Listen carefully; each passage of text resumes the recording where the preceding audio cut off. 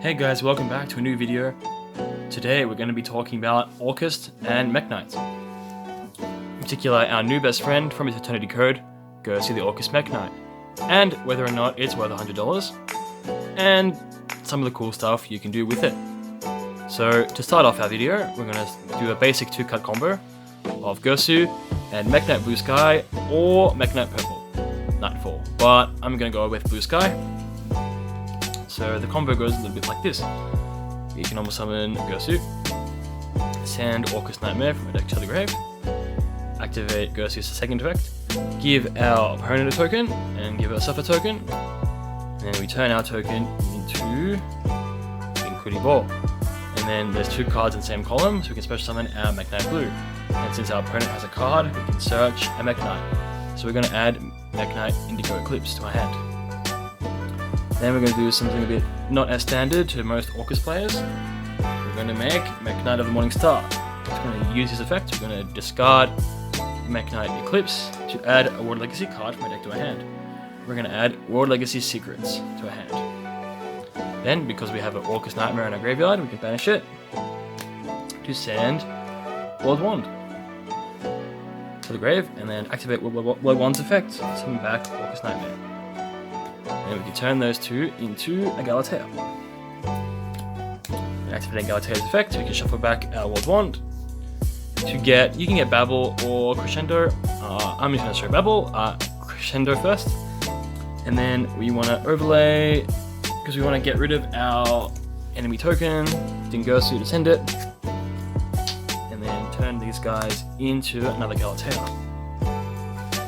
So essentially, we freed all our main monster zones so we can make the best use of World Legacy Secrets.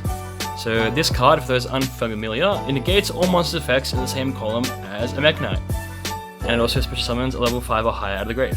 So during our opponent's turn, we can special summon Indigo Eclipse, and activate a monster effect in any column. We can special summon Indigo Eclipse, negating that for the first time. And then they can say activate a second monster effect. We can use Indigo Eclipse to move it along in the zones. And of course we have the Crescendo for an Omni negate in that setup too. So rewinding a little bit to the previous setup, instead of doing Crescendo, we're going to do Babble. So we can go the same thing, we can go Orcust Nightmare effect, we can send the World Wand to the grave, but instead this time we're going to go Girsu and Mekk-Knight, straight for Galatea, and then we can go Wand, summon back Nightmare, Galatea first, shuffle back, get Babble, and then Girsu overlay, send the enemy token, and we can go for IP Mascot Arena instead. So this, in theory, gives us even more layers of interruption, because during our opponent's turn, we have the Nightmare to revive either of these, or you can revive him as well, depending how things go. So you can use Orcust Nightmare, for example, to send Simple Skeleton, and then activate one monster effect, bang. You can Indigo Eclipse to that column.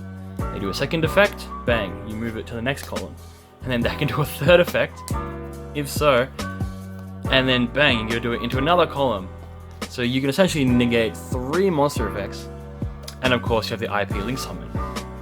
And then Mekk-Knight Girsu will trigger again, and we can send yet another Orcust Nightmare to our grave for the follow-up on the next turn. Another pretty cool setup I want to demonstrate to you guys would be these 2 cards, Girsu and World Armor. So to start our combo, we double summon Girsu, sending Nightmare to the grave. Second effect, give both sides a token.